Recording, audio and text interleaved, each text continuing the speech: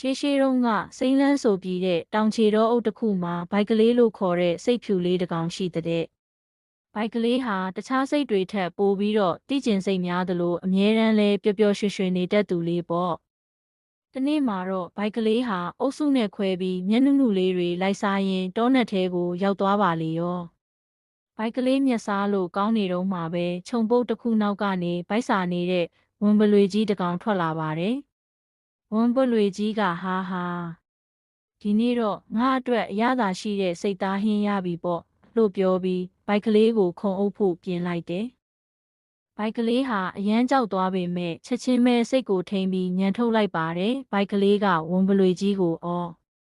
ဝန်ပလွေမင်းကြီးရဲ့ကျွန်တော်ကိုစားမှာဆိုတော့လဲစားပါတော့။ဒါပေမဲ့ကျွန်တော်ကတေကန်နီးမှာကချင်တာမို့လို့မင်းကြီးရဲ့လေပတ်မှာပါတဲ့ခေါင်းလောင်းလေးကိုတစ်ချက်လောက်တီးပေးပါလားလို့တောင်းပန်လိုက်တယ်။6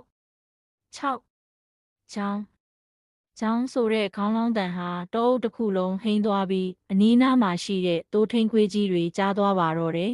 ။ခေါင်းလောင်းတန်ကြားတာနဲ့တိုးထင်းခွေးကြီးတွေဟာဟောင်ပြီးပြေးလာကြတဲ့အတွက်ဝင်ပလွေကြီးဟာကြောက်လန့်တကြားနဲ့ထွက်ပြေးသွားရပါတော့တယ်။ဘိုက်ကလေးလည်းသူ့ရဲ့ပနတ်မှုကြောင့်အသက်ဘေးကနေလွတ်မြောက်သွားခဲ့တာပေါ့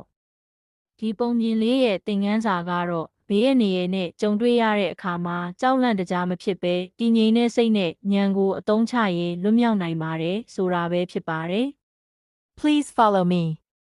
Like and share.